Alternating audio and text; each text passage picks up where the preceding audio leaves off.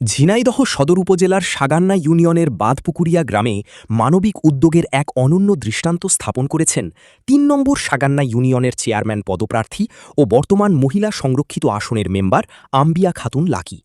বাঁধপুকুরিয়া স্বতন্ত্র ইবতেদায়ী মাদ্রাসার শিক্ষার্থী ও আশপাশের মানুষের দীর্ঘদিনের বিশুদ্ধ পানির সংকট নিরসনে তিনি নিজ উদ্যোগে একটি টিউবওয়েল স্থাপন করে দিয়েছেন। সোমবার সকাল থেকেই টিউবওয়েল স্থাপনের কাজ শুরু হয় এবং দুপুরের মধ্যেই এর কাজ সম্পন্ন করা হয়।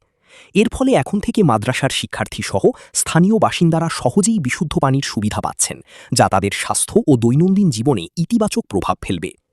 এ সময় আম্বিয়া খাতুন লাকি জানান, শুধু টিউবওয়েলই নয়, ভবিষ্যতে তিনি এই মাদ্রাসার উন্নয়নে আরও সহযোগিতা করবেন।